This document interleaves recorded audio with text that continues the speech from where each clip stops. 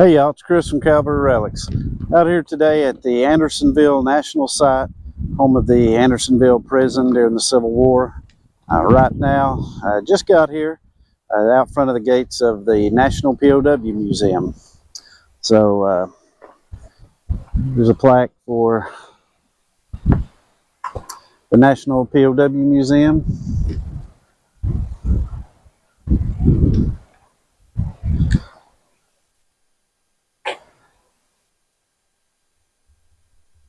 So for those of you who know me, I wear a POW MIA bracelet for a Air Force captain that was shot down in Vietnam, still listed as missing in action. So I definitely wanted to come see this museum. So you guys stand by, we're going to see what it's all about. Here's a picture that was Andersonville prison, showing that it was in August of 1864 when it contained 35,000 prisoners of war. There were 45,000 that came through and approximately 13,000 died while they were here. This is an original lock and key that is from the hinge of the south gate of the stockade here at Andersonville. This is showing the POWs in the U.S. Not only were they prisoners of war during the Civil War, but also the Revolutionary War, the War of 1812. And a lot of people don't know that there were German prisoners here in the United States during World War I and World War II. Of course, here at Andersonville is the National POW Museum, so it encompasses all the different wars and the prisoners, POWs from those wars. It shows some of the sandals that were made in a Japanese POW camp during World War II. Just a very powerful display of items that some of these prisoners had.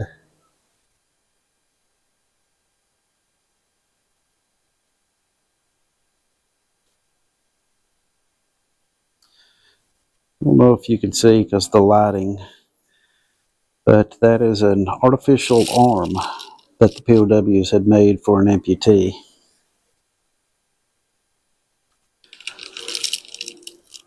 And a makeshift cooking pan that it says that they cooked dandelions here during their captivity.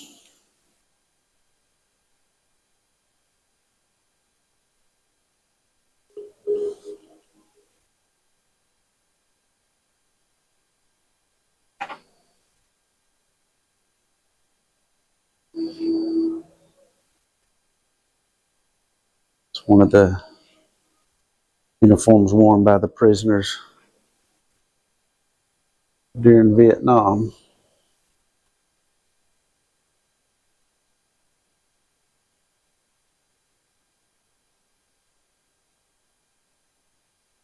World War I era mess kit.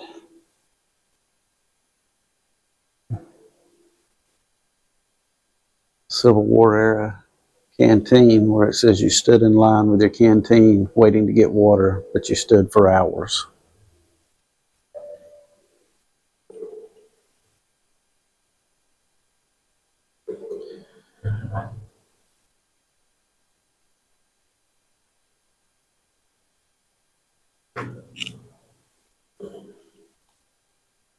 Very, very powerful display. Here's an interesting display. These are the makeshift radios that they had made.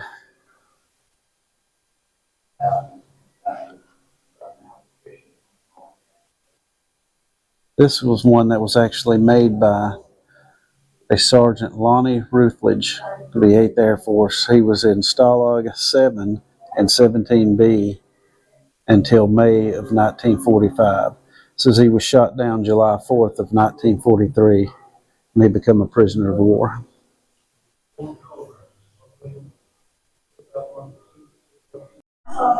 You guys can see this is a display of a cell and how the prisoners would be shackled on the beds of their cells.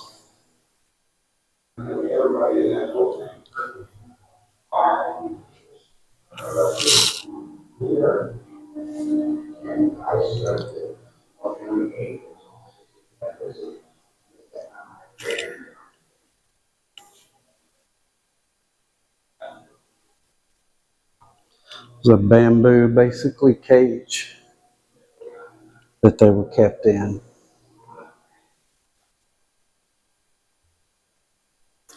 And here was the inside, just a concrete bed.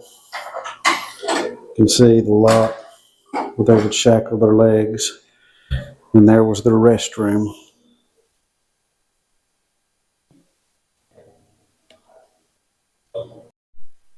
Here's a hand-painted American flag that was made by a POW. During World War II, he was in Tokyo. Said the American POW stood at attention before the flag and recited the Pledge of Allegiance.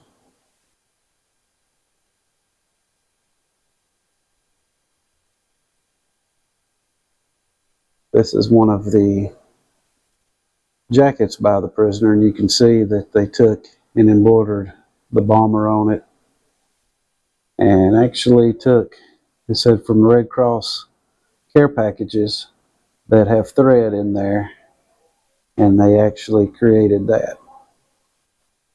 Pretty handy.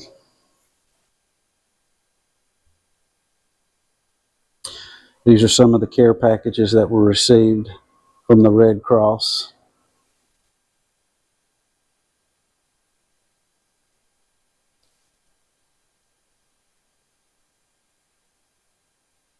This is an actual mock-up of a memorial that was actually made during World War II.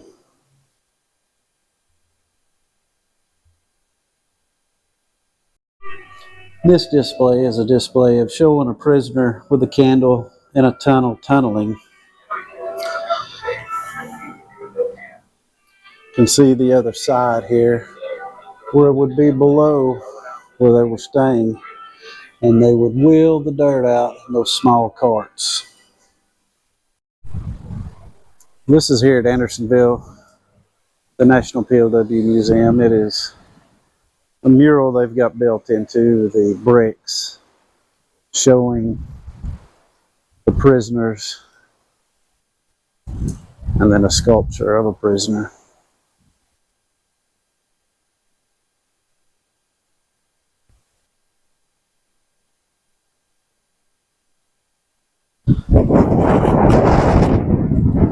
Apologize for the wind. It is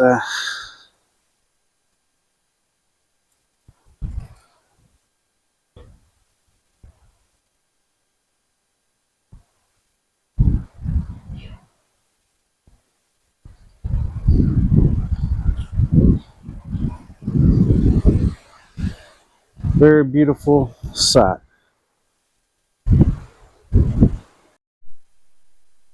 Here we are now at the National Cemetery here at Andersonville. And the very interesting thing that I found out while talking to the park rangers, that this is still an active cemetery. So aside from all the Civil War dead that are buried here, it is currently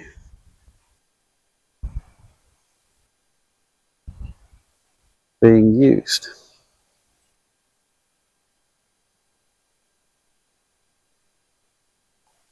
So all the flags.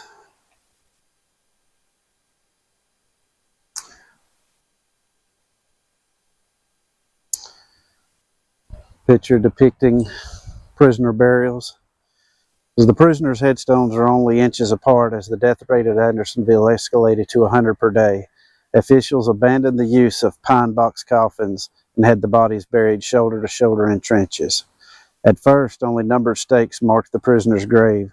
The dead might have remained unidentified except for the efforts of Doris Atwater, a former prisoner.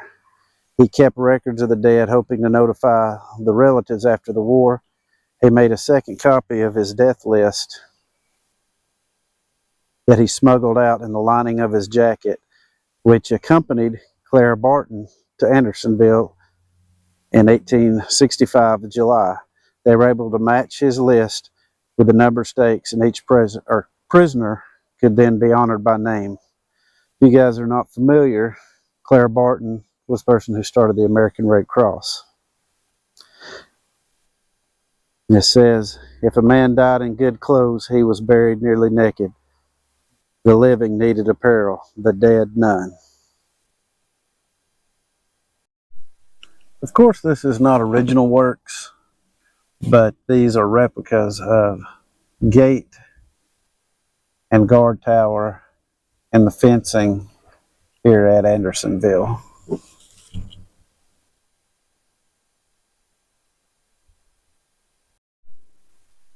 There's something pretty interesting. I don't know if you can see it or not, but this first white marker in the front was where the fence or wall was, and there behind it, the deadline. So if anybody from that field where the prisoners were kept crossed the area that was the deadline, they were killed. It was the deadline. Star Fort. This area with the original earthworks from the Civil War is actually where the post commander and the prison commandant's headquarters were. They were strategically placed on top of this hill to show power and to let the people know that when they looked up, if they saw this, this is where the commander and everyone was. If you see the guns, it says the fort here had 4 guns and they were trained outward to repel Union cavalry raids.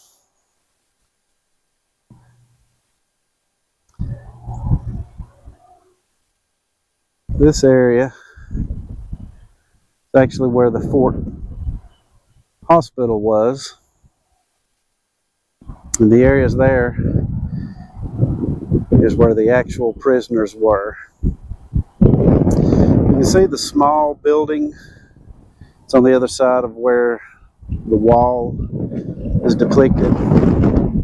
That is where the creek came through and was the only source of water for the whole prison.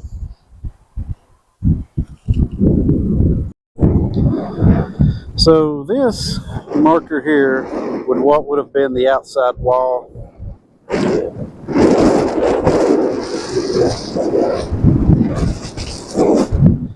And this was the deadline.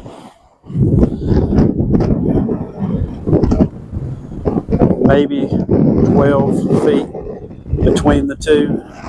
So they did not want you getting close to the wall. To me, one of the interesting things while up on the little Star Fort, as you looked over the prison area itself, it has those markers all the way around it marking where the walls of the prison were. And it's not a big area. And these markers are actually depicting the area where it actually stood. And to think of the amount of people that were held here, I can see why there was constant disease and death.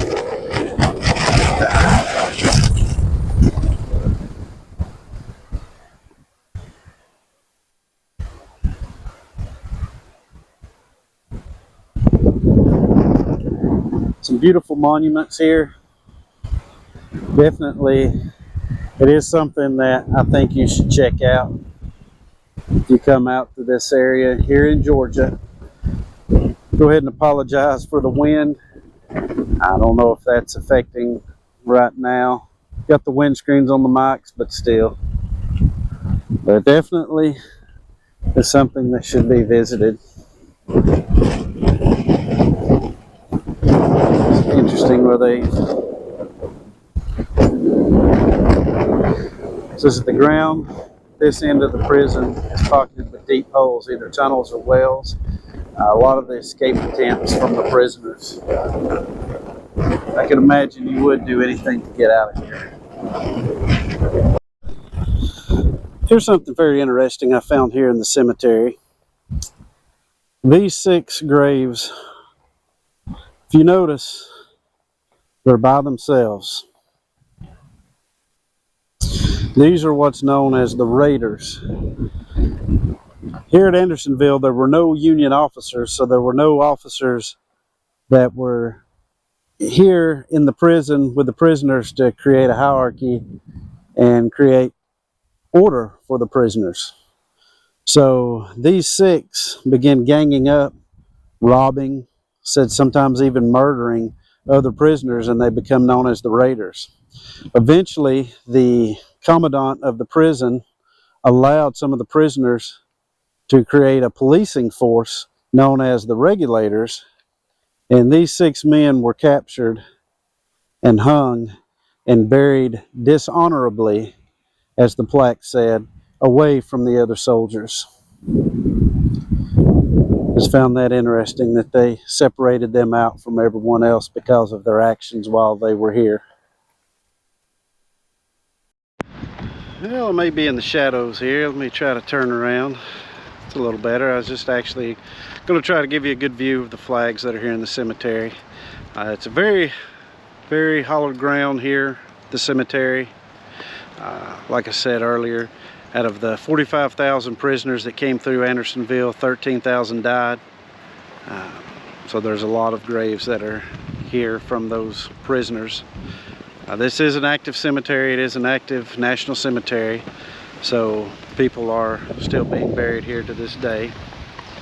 This one section here is one of the newer sections. So if you get a chance, if you like history, especially as much as I do, it's out kind of in the middle of nowhere here, but it is definitely worth the drive, and it is worth coming in and checking it out. A lot of history here. The National POW Museum that is here on the grounds goes through, you know, everything from here at Andersonville to prisoners from the first Gulf War. So about a 27-minute video, I think, what the ranger said. I sat through it first before I went through the museum and came out here onto the grounds. It's very interesting. It tells their stories, letters from prisoners that were here during the Civil War, and a lot of the first-hand accounts, prisoners of war from World War II, Korea, and Vietnam, and those from the first Gulf War. So if you haven't, please hit the follow, subscribe, like. Check out our website, www.cavalryrelics.com. We're also on Instagram, TikTok, Facebook. If you would go over, give us a follow, we sure would appreciate it. Thank you for watching.